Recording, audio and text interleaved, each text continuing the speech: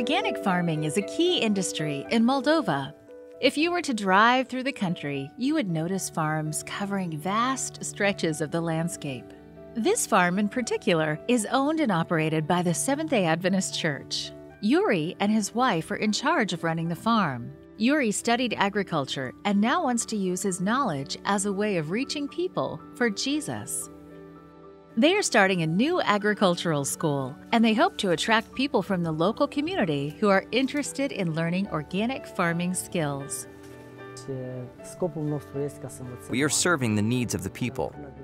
Most of the people here have land, but don't know how to grow. We want to educate people to be self-sufficient. While a lot of the planting is done in the fields, gardening and greenhouses allows them to grow year-round, even in the coldest winter. Through this program, people are connecting with Adventists in this region. We realized that Jesus spoke about agriculture a lot in his parables. We found that when we are teaching people to grow these plants, we can't avoid talking about Jesus as we work.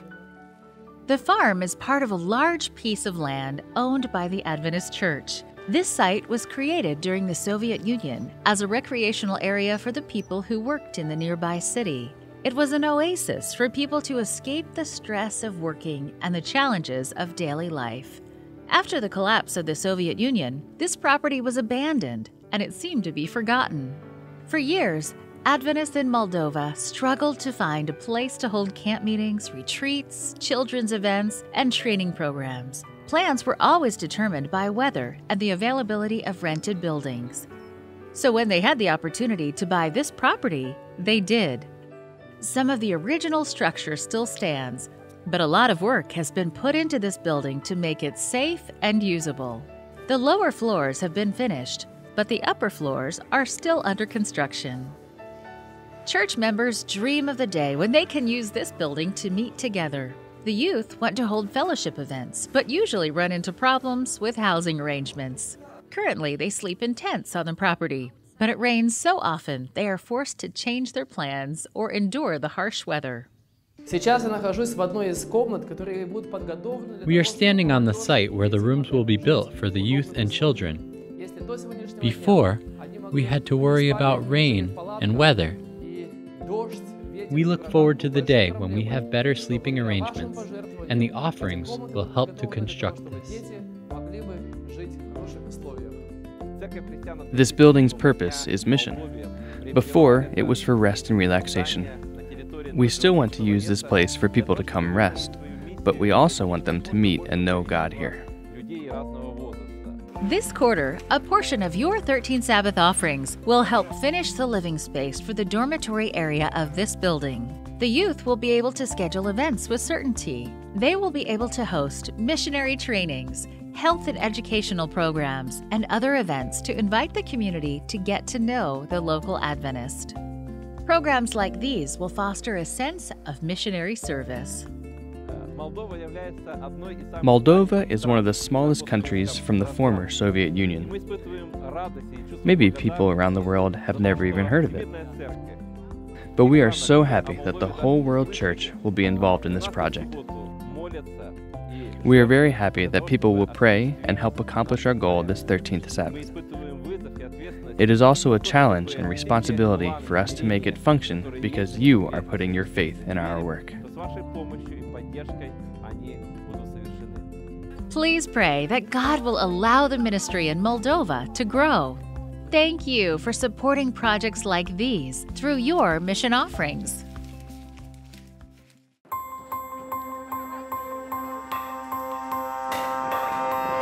In the winter, people on Russia's coast can walk on water. Groups gather in the city of Vladivostok to have fun in the frozen sea, even in the coldest of temperatures. Vladivostok is a port city on the far eastern side of the country. The city's economy relies heavily on the sea for shipping and fishing. There is only one Seventh-day Adventist church to serve a population of more than 500,000 people. One way this church communicates is through a printed newspaper. This newspaper is distributed throughout the city in local territories. It has articles about health, family values, spiritual lessons, and other practical topics. Lydia had always felt a void in her life that she didn't know how to fill. She searched for years without finding anything to satisfy the emptiness. One day, Lydia was offered a newspaper. When she got home, she read the paper and was interested in its message. She had never heard of the Seventh-day Adventist Church before. Shortly after, she found out that one of her neighbors was an Adventist. She asked the neighbor when she could get the next newspaper. When it arrived, she read every article and decided to visit the local Adventist church. Lydia talked with the pastor and began Bible studies. She attended the church every Sabbath and decided to be baptized. Since then, Lydia has become very involved in the church's outreach ministries. I like the Adventist Church because it doesn't only study the Bible. It also does practical things and provides for people in need.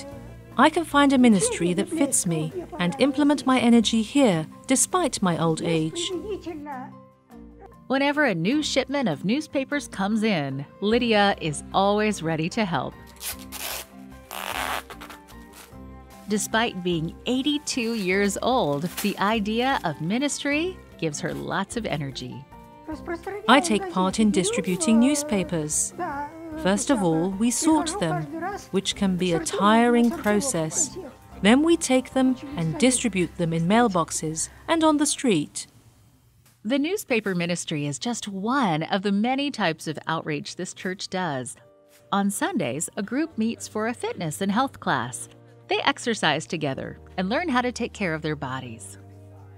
A few times each year, church members rent out a music hall and put on a special concert for the community to enjoy. People fill the seats and enjoy a variety of musical performances. Church members are passionate about serving the people around them, and it has caused their congregation to grow. On Sabbaths, the church is full with people who travel from all over the city. They sing and study together, and each Sabbath they pray for God to lead their congregation. The membership has grown so big that they have begun building a second church in Vladivostok. This new building will be used as a church and community center to host programs that serve the people around them. A portion of your mission offerings will help finish this second building. Your contributions will bless the people of Vladivostok and help share the Adventist message with this city.